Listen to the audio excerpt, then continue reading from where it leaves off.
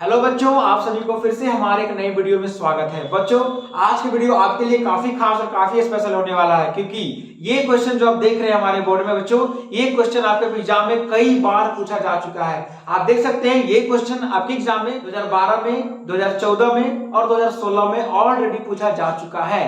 यानी कि इस टॉपिक से सवाल हर एक साल एक क्वेश्चन आ ही जाता है। जो क्वेश्चन आप देख रहे हैं ये सवाल हर एक साल के बाद पूछा जा चुका है। यानी कि आप देख रहे हैं 2012 में, फिर 2013 में कोई और सवाल था, 2014 में, फिर 2015 में कोई और सवाल था और 2016 में यही सवाल बार बार पूछा जाता है। और नहीं तो इसके अल्टरनेटिव में एक और क्वेश्चन है, वो मैं आपको अगले वीडियो में बताऊंगा। तो बच्चों चलिए आज इस क्वेश्चन को हम लोग सॉल्व करते हैं। हमारे पास ये दो समीकरण दिया गया है और हमें इन दोनों समीकरणों को हल करना है। तो बच्चों आप इससे पहले ही पढ़ चुके हैं कि कैसे हम रैखिक समीकरणों को हल करते हैं। यानी कि आप पढ़ चुके होंगे विलोपन विधि, प्रतिस्थापन विधि और एक वज्र गुणन विधि।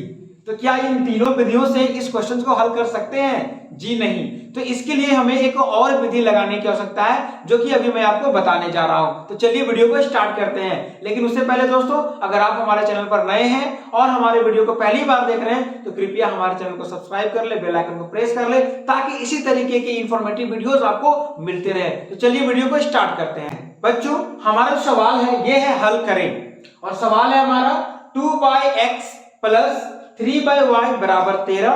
दूसरा समीकरण दिया हुआ है 5x माइनस 4y बराबर -2। ठीक है, तो हमें इस समीकरण में करना क्या है?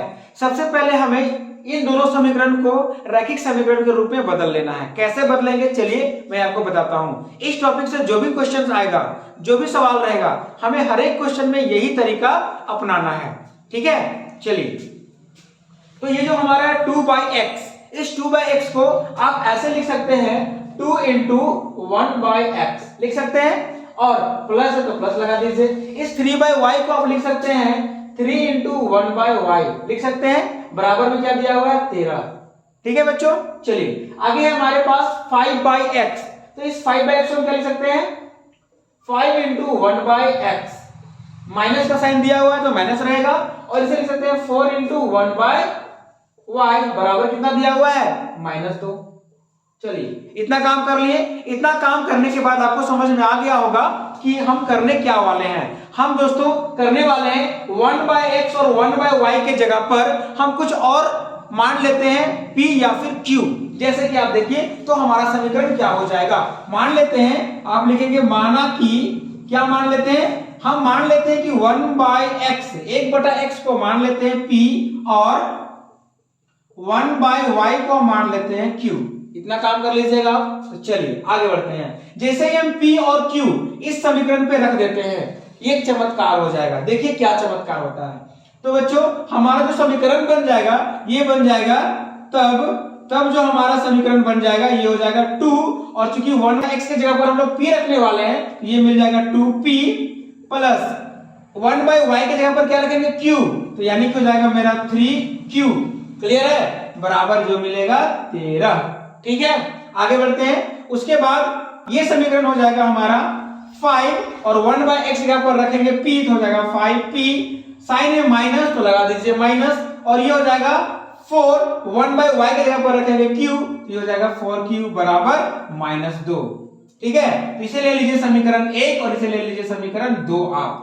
तो अब आप समझ सकते हैं कि जो हमारा समीकरण है ये बदल करके हो चुका है 2p प्लस 3q बराबर 13, और ये है 5p माइनस 4q बराबर -2। क्लियर है, तो यहां से आपको अब समझ में आ चुका होगा कि हम किस तरीके से इसको सॉल्व कर रहे हैं। यानी कि बच्चों अब जो हमारा ये समीकरण मिल गया है, ये हमारा एक बन गया है रैखिक समीकरण, और इस तरीके के समीकरण को हम लोग आसानी से प्रतिस्थापन विधि या विलोपन विधि से हल कर सकते हैं। ठीक है, तो चलिए अब आप बताइए कौन सा विधि लगाया जाए। मुझे तो सबसे ज्यादा पसंद है विलोपन विधि, तो चलिए मैं इसे विलोपन विधि से हल करता हूं। ओके, तो हमारा पहला समीकरण है 2p प्लस 3q बराबर 13, और दूसरा है 5p माइनस 4q बराबर -2। तो हम चाहते हैं कि q वाला हिस्सा को हम क्या करें, विलुप्त कर लें। क्या करना चाह रहे हैं, q को विलुप्त करना चाह रहे हैं। इसीलिए हम समीकरण एक को कितना से मल्टीप्लाई कर दे, 4 से मल्टीप्लाई कर देते हैं। क्यों मल्टीप्लाई कर रहे हैं ये आपको समझ में आ चुका होगा, और अगर आपको नहीं समझ में आ रहा है तो आप विलोपन विधि वाले वीडियो को जाकर के देख लीजिए कि क्यों हम इसे 4 से मल्टीप्लाई कर रहे हैं। चलिए फिर भी मैं आपको आगे बता दूंगा। उसके बाद समीकरण 2 को मल्टीप्लाई करेंगे 3 से। क्लियर है? क्यों इसे हम 4 से मल्टीप्लाई कर रहे हैं, इसे 3 से मल्टीप्लाई कर रहे हैं? क्योंकि बच्चों आप देख सकते हैं यहां पर हमारे पास कितना है, 3q, ठीक है, और यहां पर हमारे पास है 4q। तो ये इसको अगर हमें विलुप्त करना है तो हमें यहां पर और यहां पर q वाला हिस्सा को हमें बराबर करना पड़ेगा, और बराबर करने के लिए क्या करेंगे, इसको हमें 4 से मल्टीप्लाई कर दें तो 4 तिया 12 हो जाएगा, और अगर यहाँ 4q है तो हमें 3 से मल्टीप्लाई कर देंगे तो यहाँ 3 चौके 12, तो 12 12 अगर हम जोड़ेंगे तो फिर हमारा कट के 0 हो जाएगा और ये विलुप्त हो सकता है। बात समझ में आ गया आपको? और अभी भी नहीं समझ में आ रहा है तो आप जाकर के सबसे पहले आप विलोपन विधि या प्रतिस्थापन विधि वाले वीडियो को जरूर देख लीजिए। चलिए अब आगे बढ़ते हैं। तो फाइनली हमारे पास गुना करने के बाद समीकरण क्या मिल जाएगा, समीकरण हमारा मिल जाएगा बच्चों 4 दूनी 8p, 8p प्लस 4 तिया 12q बराबर 13 चौके 52, यहां मिलेगा 52। समीकरण 2 हमारा क्या बन जाएगा, 5 तिया 15p,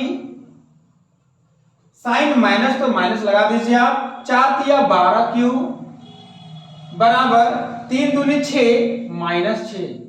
बात समझ में आ गया आपको? देख सकते हैं। अब मैं क्या करने जा रहा हूं, जोड़ देने जा रहा हूं। इसे जोड़ दीजिए आप फटाक से, क्या मिल जाएगा, जोड़ते हैं तो 15 और 8 आपका हो जाएगा 23p, प्लस माइनस तो कट जाएगा। क्लियर है? इसीलिए मैंने यहाँ पर 4 से और यहाँ पर 3 से मल्टीप्लाई किया था, यानी कि जिसे आप विलुप्त करना चाहते हैं उस वाले हिस्सा को आपको बराबर रखना पड़ेगा, और आप यहाँ जोड़ दीजिए तो ये हो जाएगा 0। तो 23p बराबर क्या मिलेगा आपको, 52 में 6 घटा दीजिए आप तो क्या मिल जाएगा आपको, 46। ठीक है, चलिए तो अब हमारे मिल गया 23p बराबर 46। तो यहां से अब हम आगे बढ़ते हैं, तो यहां से हम p का वैल्यू फाइंड कर सकते हैं 46/23, और फाइनली बच्चों हमारा p का जो वैल्यू मिल गया, कितना मिल गया, काट दीजिए 2 बार में कट जाएगा, p बराबर 23 मिल गया। यहां से मिला हमें p का मान, किसका मान मिल गया, p का मान। चलिए अब p का मान मिल गया है तो इसे या तो आप समीकरण 1 में रख दीजिए या समीकरण 2 में रख दीजिए। विलोपन विधि में आप किसी भी समीकरण में p का मान रख करके आप q का मान निकाल सकते हैं। तो चलिए हम रखते हैं समीकरण 1 में, आप यहां लिख भी सकते हैं समीकरण 1 में p का मान रखने पर, ठीक है, p का मान कहां रख रहे हैं हम, समीकरण 1 में। तो चलिए रखते हैं, तो 2p है तो ये हो जाएगा मेरा 2 इंटू p कितना है 2, तो यह भी हो जाएगा 2, फिर प्लस 3q बराबर 13, तो यहां रख दीजिए आप 13। चलिए आगे हल करते हैं, 2 दूनी 4 प्लस 3q बराबर 13। ठीक है, आगे देखिए आप इस 3q को फाइंड करने के लिए सबसे पहले आप उस 4 को उधर भेज दीजिए, तो हो जाएगा हमारा 3q बराबर 13 माइनस 4, यानी कि 3q बराबर आ जाएगा आपका 9, और और q बराबर आपका हो जाएगा कितना 9/3। तो फाइनली आपको क्या q कितना मिल गया आपका 3 3 9, आप काट दीजिए 3 1 3 3 3 9, यहां भी काट दीजिए 23 1 23 23 दूनी 46। क्लियर है? तो बच्चों आपका p और q का मान निकल गया है। तो अतः फाइनली अब हमारा आ गया आंसर का समय।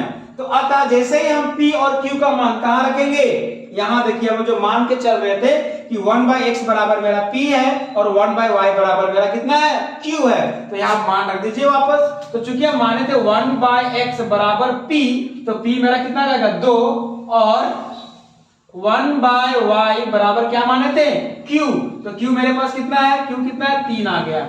तो फाइनली हमारा जो आंसर है आप इसे 3 गुना कर दीजिए, x बराबर कितना हो जाएगा 1/2 और y बराबर आ जाएगा मेरा 1/3। तो बच्चों ये रहा आपका फाइनल आंसर, x और y का हल। तो बच्चों यही था आपका क्वेश्चन, और ये क्वेश्चन आपके एग्जाम में कई बार पूछा जा चुका है। आप देख सकते हैं 2012 में, 2014 में, 2016 में ये क्वेश्चन लगातार पूछा जाता है। अगर ये क्वेश्चन नहीं तो इसके अल्टरनेटिव में कोई और क्वेश्चन रहेगा, लेकिन यही इसी तरीके से वो भी क्वेश्चन बनेगा, आपका इसी टॉपिक का क्वेश्चन रहेगा। तो आपको समझ में आ चुका होगा ये क्वेश्चन कहाँ का है। तो बच्चों आप जाइए और इस टॉपिक से जितने भी क्वेश्चन थे सारे क्वेश्चंस को बढ़िया से अभ्यास कर लीजिए, हल कर लीजिए, ताकि एग्जाम में यहां से क्वेश्चन आए तो आपसे ना छूटे। तो बच्चों आज का ये हमारा वीडियो कैसा लगा आप कमेंट में जरूर बताएं, और अगर हमारा वीडियो आपको अच्छा लगा हो तो एक लाइक जरूर करें, और अगर आप हमारे चैनल पर नए हैं तो कृपया हमारे चैनल को सब्सक्राइब कर ले, बेल आइकन को प्रेस कर ले, ताकि इसी तरीके की इंफॉर्मेटिव वीडियोस आपको मिलते रहे। धन्यवाद। जय हिंद, जय भारत, वंदे मातरम।